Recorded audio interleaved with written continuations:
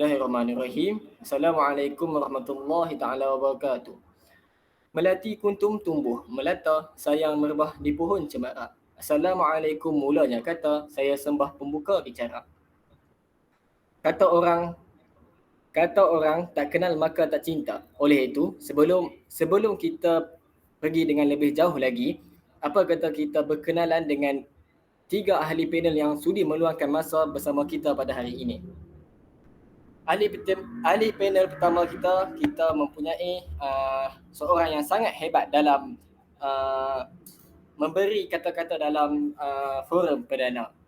Ahli panel pertama saya kenalkan, Omar Abdul Aziz bin Rashid Ridha, dan kita terus kepada ahli panel kedua, Iskandar Zulkarnain bin Rosnani.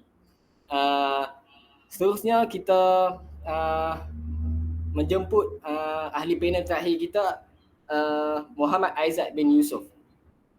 Tanpa melengahkan masa lagi, saya mempersilakan Omar Abdul Aziz bin Rashid Ridha untuk mengulaskan isu tentang penyebaran berita palsu. Dipersilakan. Okay, terima kasih kepada saudara moderator. Jadi insya-Allah pada hari ini saya akan menerangkan tentang kesan-kesan penyebaran berita palsu. Jadi hari ini saya akan berkongsi 2 kesan. Jadi yang pertama, kesannya adalah mempengaruhi cara seseorang berfikir, bertindak dan menyelesaikan masalah. Hal ini berpunca daripada pengaruh media massa yang menyebarkan berita palsu. Jadi apabila seseorang ni menerima sesuatu berita palsu dan berunsur negatif, maka dia akan mempengaruhi cara seseorang berfikir dan menyebabkan terjadinya impak negatif seperti berlakunya fitnah, pergaduhan dan sebagainya.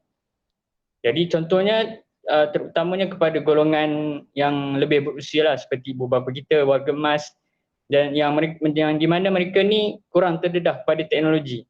Jadi apabila mereka terima sesuatu berita tu, mereka lebih cenderung mudah untuk berkongsi kepada orang lain tanpa membuat semakan. Jadi untuk kesan yang kedua adalah memberi impak yang negatif kepada minda seseorang. Jadi antara impak yang negatif yang diberikan adalah akan membuatkan seseorang panik dan juga menyalahkan golongan yang tertentu. Jadi apabila berlakunya masalah ni akan membuatkan seseorang tu menggunakan kata-kata yang kesat dan berlakunya perbalahan dan juga penyalahan kepada suatu kumpulan tertentu. Jadi apabila seseorang ni terdedah kepada berita palsu, juga akan membawa kepada panik dan juga masalah muru. Seperti baru-baru ni tahun 2020 kita terlibat dengan masalah COVID-19 kan. Jadi ada satu berita ni, seorang warga emas yang disahkan menghidap COVID-19 sebanyak 2 kali, dia ni telah membunuh diri kerana dia menerima satu berita yang di mana berita tu mengatakan COVID-19 ni tak ada ubat penyembuh. Jadi itulah antara impak negatif atau kesan negatif yang boleh saya kongsikan pada hari ini. Okey, sekian, terima kasih. Terima kasih kepada saudara Omar Abdul Aziz bin Rashid Ridha. Secara simpul yang kita dapatkan daripada mesej yang diberikan adalah penyebaran berita palsu ini dapat memberi kesan yang sangat banyak negatifnya. Kesan negatif yang kita dapat daripada penyebaran berita palsu ini sangat banyak yang seperti diucapkan oleh Omar Abdul Aziz. Okey. Antara yang saya highlight di sini adalah berkenaan yang Omar Abdul Aziz kongsikan sebuah cerita mengenai makcik yang menghidap penyakit COVID-19. Okey. di situ saja kita dapat melihat yang kesan yang hanya bermula daripada penyebaran berita palsu. Jadi selepas itu kita dapat lihat yang makcik tersebut terus mengambil langkah yang sangat tidak bermoral seperti membunuh diri. Okey. Tanpa melengahkan masa lagi, saya menjemput ahli panel kedua, Muhammad Iskandar Zulkarnain bin Rosmani. Dipersilakan. Sebelum saya menjawab pertanyaan yang ditanya oleh moderator, saya ingin berterima kasih kerana moderator kerana menjemput saya untuk menjawab persoalannya. Untuk pengetahuan semua, tahap literasi media dan informasi yang masih rendah dalam kalangan rakyat Malaysia merupakan antara punca penyebaran berita palsu yang semakin berdosa. Menurut penolong Profesor Pengajian Komunikasi Northern State University South Dakota Amerika Syarikat, Dr. Nurianti Jalil berkata, information disorder atau gangguan maklumat seperti berita palsu adalah salah satu masalah sosial yang kini dan sudah tiba masanya untuk Malaysia menangani masalah ini secara lebih strategik. Selain dari itu, kita didapati juga di Malaysia banyak orang menggunakan media sosial, tidak mengira usia, yang kecil hinggalah yang tua. Malangnya kesedaran terhadap etika penggunaan masih rendah, di mana tahap literasi media dan informasi masih rendah. Pendidikan berkaitan literasi media harus ditingkatkan, yang bukan sekadar kempen di TV dan media lain. Subjek literasi media dan informasi harus diperkenalkan di sekolah. Contohnya di universiti dan pusat komuniti untuk meningkatkan lagi tahap pengetahuan tentang pengendalian maklumat dan penggunaan media dalam kalangan masyarakat. Katanya ketika dibungi utusan Borneo melalui WhatsApp semalam. Subjek literasi media dan informasi harus diperkenalkan di sekolah dan di universiti dan pusat komuniti untuk meningkatkan tahap pengetahuan tentang pengendalian maklumat dan penggunaan media dalam kalangan masyarakat. Okey, sekian saja daripada saya dan saya serahkan kembali kepada moderator kita. Terima kasih. Sama-sama diucapkan kepada saudara Iskandar Zulkarnain bin Rosmani.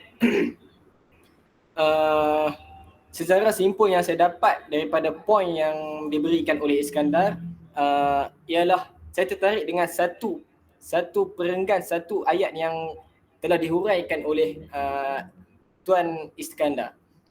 Ayat yang di-highlightkan oleh saya ialah pendidikan berkaitan literasi media harus ditingkatkan, yang bukan sekadar kempen di TV ataupun media yang lain. Okey, di sini saya dapat huraikan seperti sekarang kempen untuk menangani masalah penyebaran berita palsu adalah lebih baik kita tingkatkan melalui semua social media. Tak semestinya hanya di social media, kita boleh berkempen dengan cara lain. Kita boleh mengajak orang awam, masyarakat sekeliling kita untuk jangan percaya akan apa yang disebarkan di dalam media sosial semata.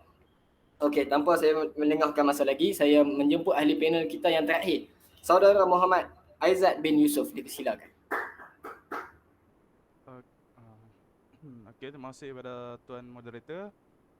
Okay, saya nak kongsi pasal cara mengatasi penyebaran maklumat palsu dalam media sosial. Yang pertama ialah perhatikan tajuk berita yang dikongsi untuk apa? Untuk mengelakkan penyebaran berita palsu. Okey, setengah berita, setengah media sosial ataupun akhbar ni dia akan meletakkan tajuk yang rumit ataupun tajuk yang memeningkan orang untuk menarik perhatian warganet untuk membaca. Berita palsu biasanya mempunyai tajuk berita yang mengejutkan untuk menimbulkan rasa ingin tahu.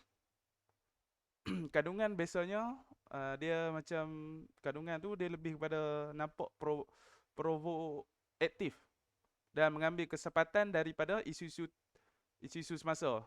Seperti yang dulu yang kita dapat lihat ialah isu penularan COVID-19. Waktu tu ramai yang mengambil kesempatan dengan mencerita berita palsu. Okey, yang kedua ialah tengok sumber berita. Okey, perkara kedua yang dilakukan ialah menyemak sumbernya, sama ada dari laman rasmi laman rasmi untuk kita percaya bahawa sumber itu betul atau tidak. Sekiranya maklumat itu datang dari media sosial dan laman web yang tidak dipercayai, kita segera menyemak berita yang sama laman web yang lebih kita percaya. Okey, yang tu saja yang hendak saya kongsikan.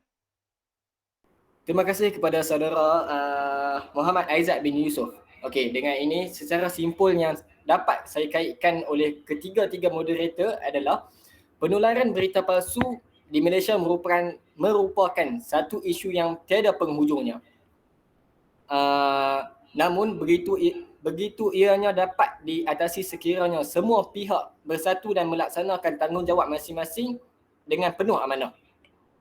Ciri-ciri berita palsu serta punca dan kesan penularannya perlu diberikan perhatian serius oleh semua peringkat dalam masyarakat, sama ada kerajaan, badan pelaksanaan, pendakwah, golongan intelektual, pihak media maupun masyarakat umum. Kaedah penyelesaian masalah yang berasaskan kepada dua tunggak utama iaitu pendidikan dan undang-undang perlu sentiasa ditambah baik seiring dengan perkembangan teknologi maklumat dan komunikasi yang semakin hari semakin maju dan mudah untuk diperoleh.